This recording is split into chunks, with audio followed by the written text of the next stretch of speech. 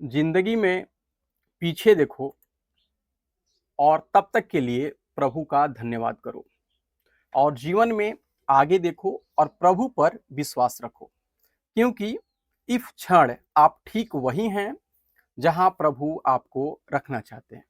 नमस्कार दोस्तों, मैं हूं डॉक्टर राम पांडे। हम में से कई लोग के दिमाग में यह सवाल आ जाता है कई बार कि अगर मैं नहीं होता तो क्या होता। हनुमान जी के मन में भी यह प्रश्न, यह शंका आ गई कि मैं न होता तो क्या होता। हनुमान जी जब लंका में आग लगाने के बाद जब वापस आए और आकर के प्रभु श्री राम के पास पूरा वर्णन बता रहे थे, उनको बता रहे थे कि क्या हुआ, तो उन्होंने कहा कि मैं गया था लंका माता सीता जी से मिलने के लिए। मुझे तो पता ही नहीं था कि ये सब कुछ हो जाएगा, लंका में आग लगा दूंगा, मुझे कुछ पता नहीं था। मैं लंका में पहुंचा तो माता सीता को जो मैं ढूंढ रहा था कि कहाँ मिलेंगी, मैं थक हार चुका था। तब मुझे वहां पर एक संत के दर्शन हुए। अब तक तो मैं सोच रहा था कि भारत में ही जो है संत मिलते हैं, मुझे लंका में संत के दर्शन हुए।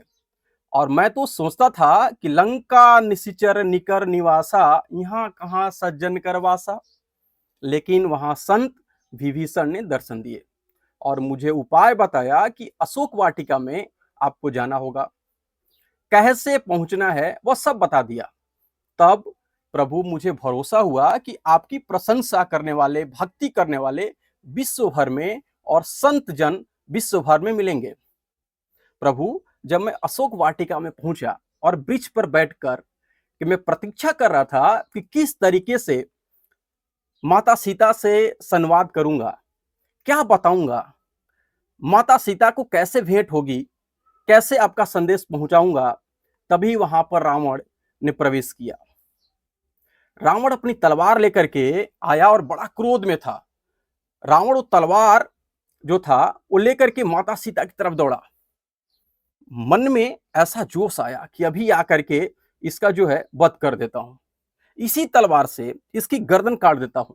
लेकिन तब मैं क्या देखता हूं कि रावण की पत्नी रानी मंदोदरी ने आकर के रावण का हाथ थाम लिया, उसे रोक दिया और कहा, नहीं, यह गलती आप नहीं करेंगे। जब तक मैं तो सोच रहा था कि मंदोदरी को तो प्रसन्न होना चाहिए, ये बीच का रास्ता साफ हो जाएगा, मैं ही रानी रहूंगी, उसका तो भय मिट जाता। लेकिन मंदोदरी ने रावण का हाथ थाम लिया और कहा, नहीं, आप ऐसा नहीं कर सकते।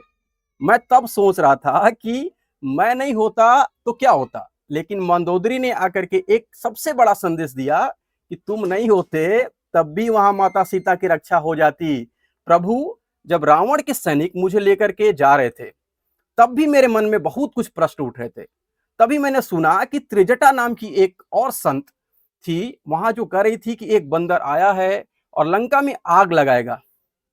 मुझे समझ नहीं आ रहा था कि ये संत वाणी कहां से आ रही है और ये कैसे जानती हैं कि मैं वहां पर आग लगाने आया हूं। ऐसा तो कुछ होगा ही नहीं। लेकिन जब रावण के सैनिक मुझे लेकर के गए रावण की सभा में और वहां पर मुझे बांधा जाने लगा, तब मैं खुद को छोड़ दिया।